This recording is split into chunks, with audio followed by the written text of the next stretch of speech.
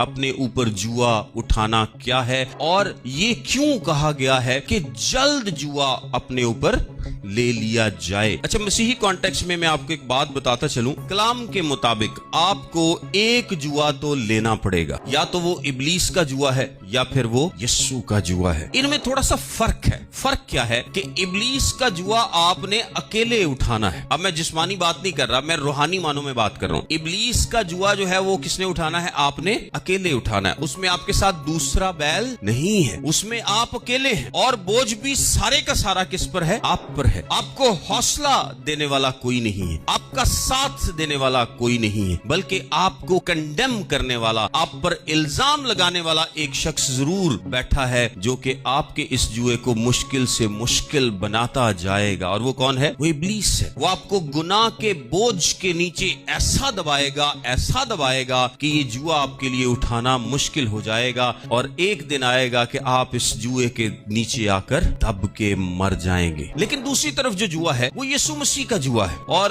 متی کی انجیل میں کیا لکھا ہے؟ 11ویں باب کی 28ویں اور 29ویں آیت میں لکھا ہے، اے محنت اٹھانے والوں اور بوجھ سے دبے ہوئے لوگوں، سب میرے پاس آؤ، میں تم کو آرام دوں گا۔ میرا جوا اپنے اوپر اٹھا لو اور مجھ سے سیکھو، کیونکہ میں حلیم ہوں اور دل کا فروتن، تو تمہاری جانیں آرام پائیں گی۔ اب اس کی وجہ پتہ کیا ہے؟ اس کی وجہ یہ ہے کہ ہمارے ساتھ جوئے میں 2 بیل ہوتے تھے نا، ہم اس جوئے میں اکیلے نہیں ہیں، ہم اس جوئے میں اکیلے نہیں ہیں، ہمارے ساتھ کون ہے؟ یسوع ہے۔ اور جب دونوں بیلوں کو جوتا جاتا تھا تو جو اندر والی سائیڈ کا بیل ہے اس پر وزن کم آتا تھا، اور باہر والے بیل پر زیادہ وزن، یعنی اس کو زیادہ زور لگتا تھا۔ تو ہم جو نیا بیل ٹریننگ کے لیے وہ لے کے آتے تھے اس کو ہمیشہ اندر والی سائیڈ پہ رکھتے تھے، اور جب وہ ٹرین ہو جاتا تھا تو پھر اس کو باہر والی سائیڈ پر کیا جاتا تھا تاکہ اب وہ کسی اور کی مدد کر سکے۔ اس جوئے میں جو یسوع مسیح کا جوا ہے، ایک تو یہ ہمارے کندھوں کے لیے کیا ہے؟ ملائم ہے۔ جوا تو میں نے آپ کو بتایا روحانی معنوں میں آپ کو لینا ہی پڑے گا، یا تو آپ ابلیس کا جوا اٹھائیں گے یا پھر